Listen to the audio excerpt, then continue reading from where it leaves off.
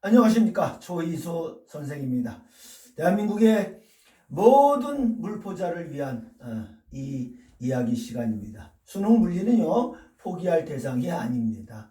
정말로 여러분들이 학교에서 배우고 익힌 내용과 그 다음에 지식이라면 누구나 다 맞출 수 있는, 사실 그런 기본적인 내용만을, 기본적인 개념만을 묻는 시험이기 때문에 여러분들 지레 겁먹고 포기하거나 그러지 마시기 바랍니다.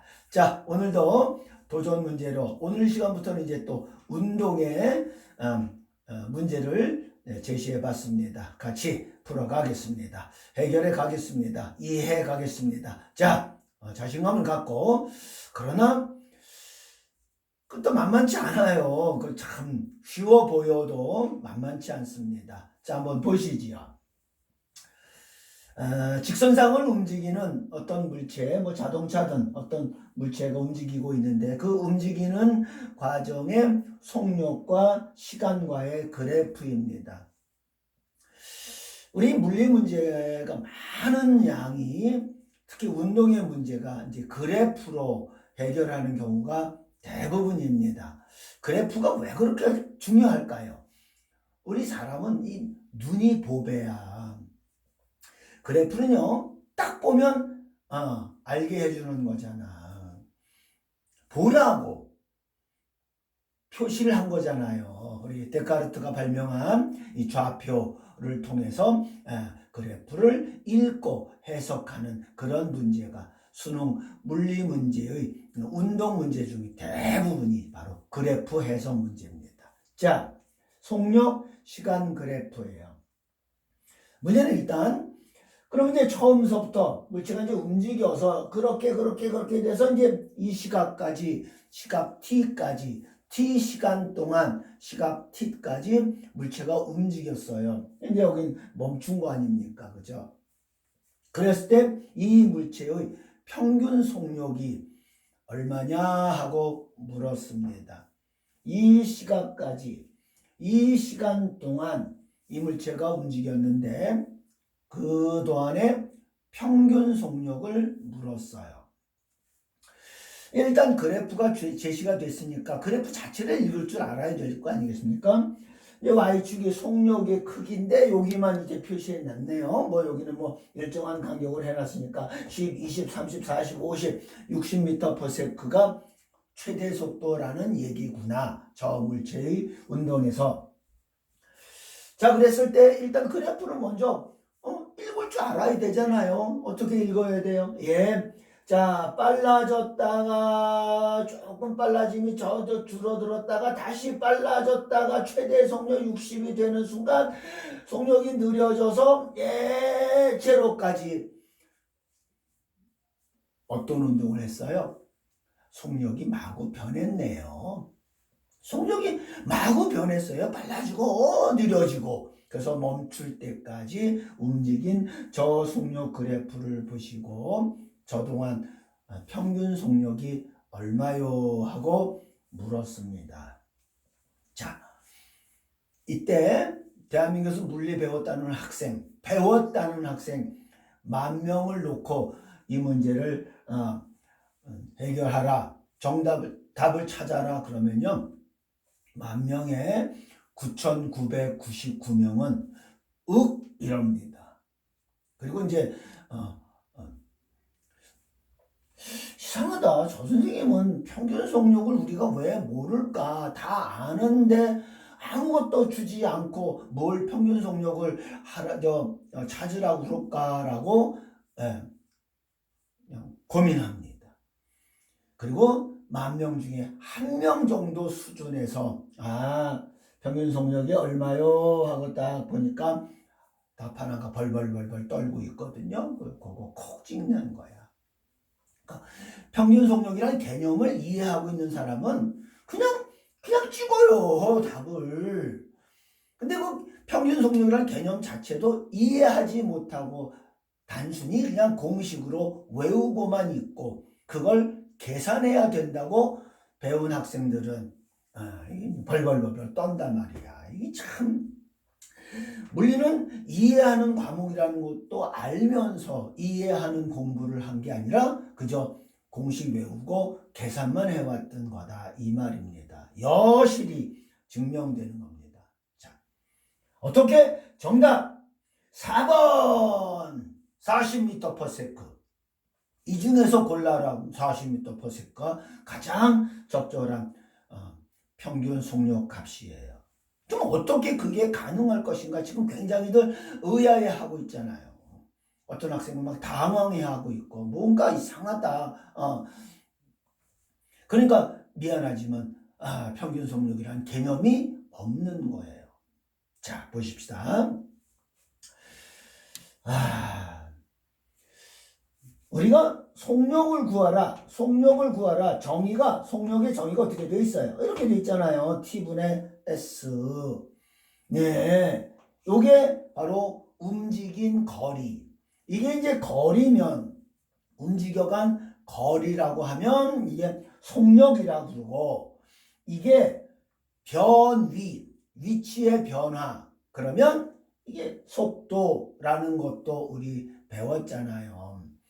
이동거리면 속력, 위치의 변화면 속도, 벡터. 자, 그래서 예를 들어서 뭐 어떤 사람이 이렇게 움직였어요. 이렇게 곡선상을 마구 여기까지 움직여 왔어요. 그러면 이 전체의 이동한 거리면 그 걸린 시간으로 나눠지면 그것은 속력이 되는 거고, 속력 값이 얼마요 하고 하는 거고, 처음 위치에서 나중 위치, 그 위치의 변화, 요 직선, 벡터, 요 크기를 우리가 위치의 변화, 변이라고 하고, 이 변이를 시간으로 나누면 그게 속도 값이고, 이 문제에서는 속력 값과 속도 값이 다르지요. 그게 이제 가장 기본적인 물리 문제에 해당되는 것이죠. 그런데 좌우지간 이렇게 속력, 속도 값을 구하라고 하는 것은 아무 때나 저렇게 구하는 게 아니에요. 어느 때지요? 이게 바로 등속일 때예요. 등속일 때예요. 등속일 때 이렇게 속력을 계산하고 정의가 내려진 거잖아요. 등속일 때야. 등속이 아닌 경우라면 이렇게 계산할 수 없어요. 근데 여기 등속 아니잖아요. 속력이 빨라지고 느려지고 마구 변했잖아요. 그래서 이렇게 속력이 마구 변한 운동을 아예 처음부터 등속으로 보자. 등속으로 속력값이 바뀌지 않고 그냥 일정하게 간 것으로 보자. 그 말뜻이 등속으로 보자. 등속이 아닌 경우를 등속으로 보자. 그런 의미가 바로 평균 속력의 뜻이에요. 평균 속력이 이렇게 바를 붙였다. 그리고 T분의 S잖아요. 이 바를 붙이는 이유가 등속으로 보라예요. 등속으로 보라. 등속이 아닌 경우를 등속으로 보라. 이게 등속이 아닌 경우를 등속으로 보라. 이게 등속으로 보라예요. 등속으로. 그러면 등속은 어떻게 그래프가 그려지는 거죠? 네. 그렇게 그려지는 거잖아요. 속력 시간 그래프가 변함이 없이 등속 이렇게 그려지잖아. 그러면 이렇게 등속을 이렇게 간 것은 그동안의 시간 t 동안에 얼만큼을 갔다 하는 거예요. 요 면적이잖아요. 면적 이 거리 총 이동한 거리는 v와 t의 곱, v 값과 t의 곱, 사각형 면적 그래프의 요 면적이 바로 이동한 거리. 그 정도는 기본으로 다 아시잖아요. 그런데 저 그래프는 등속이 아니야. 그러니까 대부분의 학생들은 심지어 물리 교과서에까지 이 문제를 어떻게 해결하느냐를 글쎄 계산을 하게 해요. 이렇게 한대. 이거 속력 시간 그래프니까 이 그래프의 아래 밑면적이 이제 거리라는 거야. 네, 맞아요. 근데 이 거리를 어떻게 알 거야? 시간은 요거 읽으면 되지만 거리를 어떻게 알아? 뭐 아무것도 안 줬다 이거야. 지금 저 문제에서 아무것도 주지 않고 이걸 어떻게 계산해 내느냐 하는 거예요. 그러니까 개념이 잡히지 않은 거예요. 등속으로 처리하라. 등속으로 본다면 이만한 면적과 비슷하게 보이는 등속 운동을 찾는 거예요. 그러면 요 아래 면적하고 요 곡선상의 요 면적하고 뭐 수학적으로 뭐 적분하고 뭐 그럴 생각을 하려고 하는 게 아니라 이 면적과 대충 비슷하게 보이는 등속을 그려내는 겁니다. 자, 요렇게 조금만 더 위로요. 요렇게. 그래서 위에 잘린 요 면적과 요 아래에 잘린 요 면적이 대충 요거 합이 요것과 비슷하게 보이는 등속값을 읽는 거야. 이 면적을 요 면적으로 대신할 수 있는 그 값을 읽어내면 되는 거다 이 말입니다. 그러니까 여기서 대충 보니까 한 요 정도 선에서 요 정도 선에서 짜자자자자자자자자자자자자 선에서 여기 잘린 면적 여기까지라면 요거 잘린 면적과 요거가 얼추 대충 비슷하게 보이죠. 30은 이쪽 면적이 훨씬 크고 50도 아래 면적이 훨씬 크고 그죠? 여기 뭐 턱없이 부족하고 이렇게 하는 거예요. 이렇게 처음부터 등속으로 갔다면 얼마의 속도로 간 것과 같으냐. 정확한 값은 없어요. 정확하게 무슨 수학적으로 계산해내는 건 없다 이 말이야. 물론 이런 문제 이런 답을 뭐 숨겨서 30, 31, 32, 33 아무것도 주어지지 않았는데 어떻게 그런 계산을 정확하게 해내요. 그냥 근사치로 대충 요 면적과 비슷하게 보이는 처음 속도 얼마 값으로 사각형 면적이 읽어지느냐. 이게 평균 속력의 뜻이에요. 근데 그냥 우리 학생들은 무슨 뭐 수학적인 평균말을 자꾸 머릿속에 담아놓고 무슨 산술 평균이 어떻고 기하 평균, 조합 평균, 무슨 뭐 RMS 평균까지 온갖 잡지식 그 수학적 고민할 거 없어요. 물리 시간의 평균 속력이라는 말 뜻은 단 하나밖에 없습니다. 그냥 처음부터 변함이 없는 등속으로 갔다면 읽어내는 거야. 그러니까 예를 들어서 어떤 물체가 이렇게 변했다고 합시다. 이렇게 변했다고 해봐요. 이렇게 변했다고 해봐. 속력이 이렇게 변했어. 빨라졌네. 어떻게 일정하게 빨라졌네. 우리가 이제 앞으로 다룰 그래프예요. 등가속 운동을 한 거죠. 그럴 때 이 시각까지 이 물체의 평균 속력을 말해보라.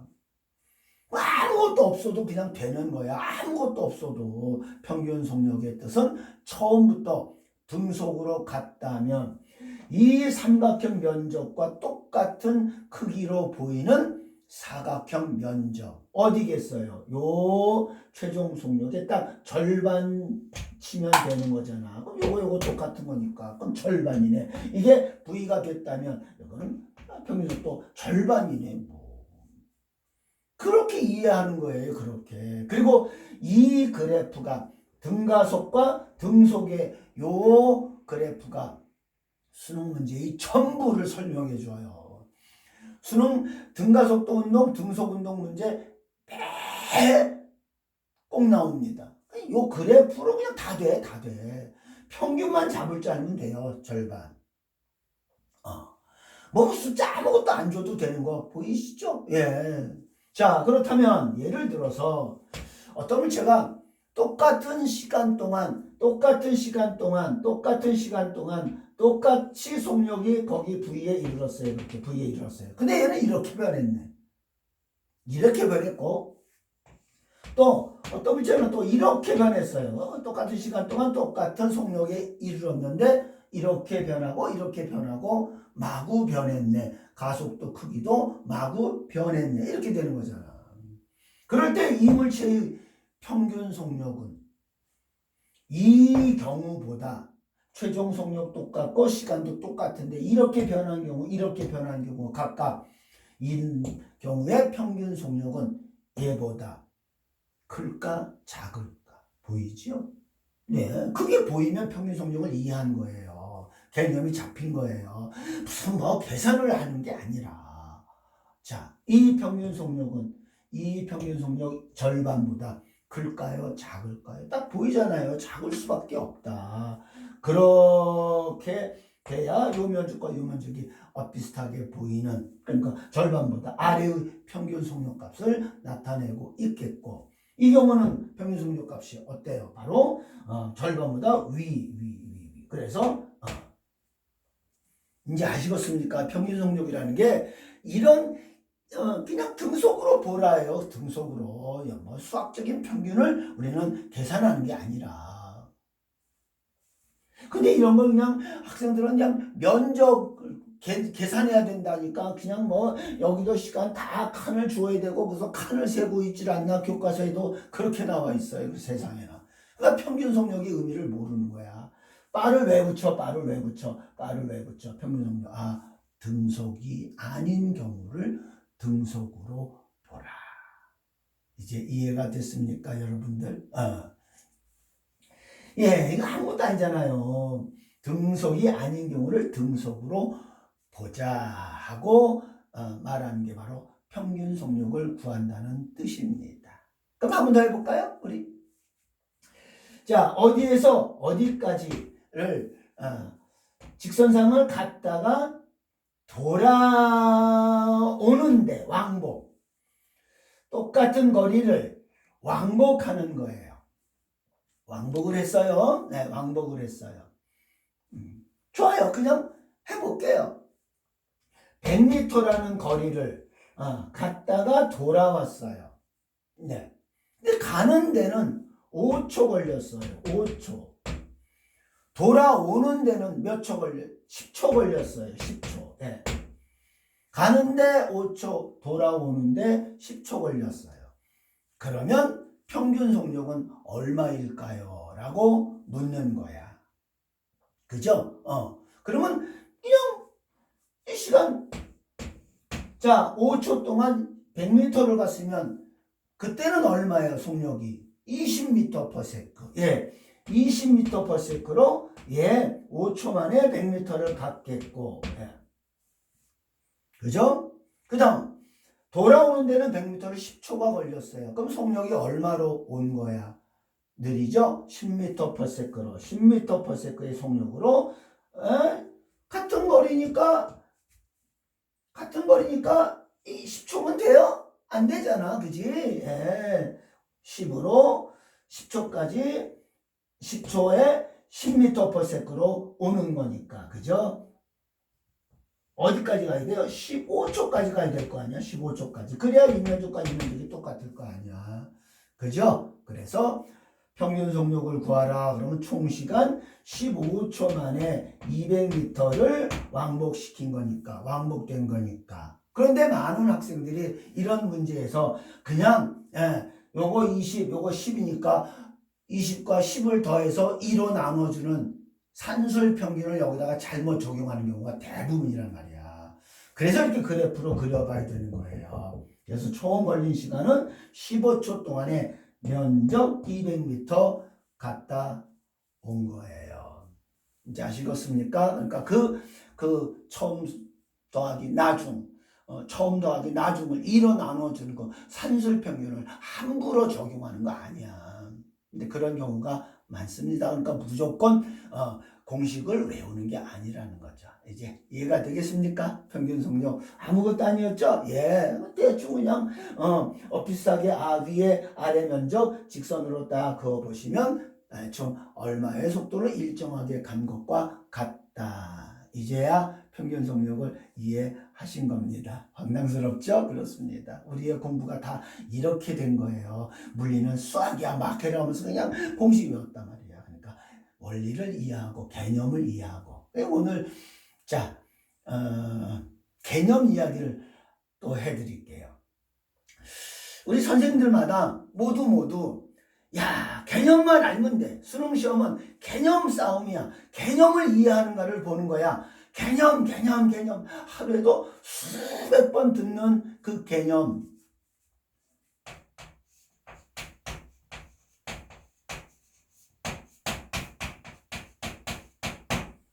제가 조금 못 쓰지만 한자로 써봤어요. 왜? 확인해 보시라고. 개념이라고 하는 이 개자가 도대체 이게 무슨 개자인지 한번 사전 찾아보세요. 국어 사전이든 한자 사전이든 저 개자가 도대체 어떤 뜻의 어떤 의미의 개자인지 한번. 대다수가 개념의 개자도 제대로 이해 못한 채로 개념 떠들어요. 넌 왜 이렇게 개념이 없냐 해가면서. 그죠? 네. 정말 수능은 개념만 알면 돼요. 그럼 그 개자가 무슨 개자 같아요? 근데 그런 거 하나 이렇게 확인해서 이해하는 학생이 드물다 이 말입니다. 그리고 오히려 개념을 가르친다는 선생님들 중에 개자의 뜻을 모르고 잘못 전달하는 경우가 많아요. 개념이 뭐냐면 영어로 컨셉이에요. 컨셉. 무슨 뜻이에요? 컨셉이 무슨 뜻이죠? 자, 이 안에 뜻이 다 있어요. 자, 이 개자가 들어가는 다른 단어를 말씀해 드릴게요. 개요라는 말도 있죠. 계략적으로. 논술 같은 거 작성할 때, 그 논술 본문을 작성하기 전에 개요를 먼저 쓴다고 그러잖아요. 서론은 대충 이렇게 할 거고, 본론은 이렇게 전개하고, 결론은 이렇게 내릴 것이다 라는 그 축약된 간단한 요약, 그죠? 계략적으로 우리 그래프 문제건 무슨 그럼 우리가 계략적으로 란 말을 쓰잖아요.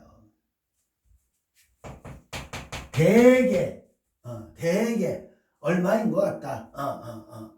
이제 조금 감은 잡습니까? 예, 이 개자가 바로 대충 개자예요. 대충 개자. 뭐 하나를 알아도 속속들이 자세하게 아는 게 아니에요. 그게 아니고 뭐 하나를 완벽하게 구석구석까지 모든 걸 다 아는 게 아니고 대충 어떤 뜻이구나. 충격이지 않습니까, 여러분들? 개념은 기본이라는 게요. 기본 개념 말하는 사람들이 되게 앞에다가 기본자를 또 붙이잖아요. 강조하느라고. 기본 개념. 그건 그냥 대충 아웃라인만 잡는 거야. 뭔가 하나를 자세하게 아는 게 아니란 말입니다. 그리고 사실 우리가 물리적으로 이 모든 물리적 내용들은 다 대충 근사적으로 알고 있을 뿐인 거예요. 정확하게 아는 거 단 하나도 없어요. 그래서 제가 아까 평균 속력이 대충 무슨 뜻이냐 이야기가 된 거예요. 대충 등속으로 갔다면 얼마의 속도로 간 것과 같으냐.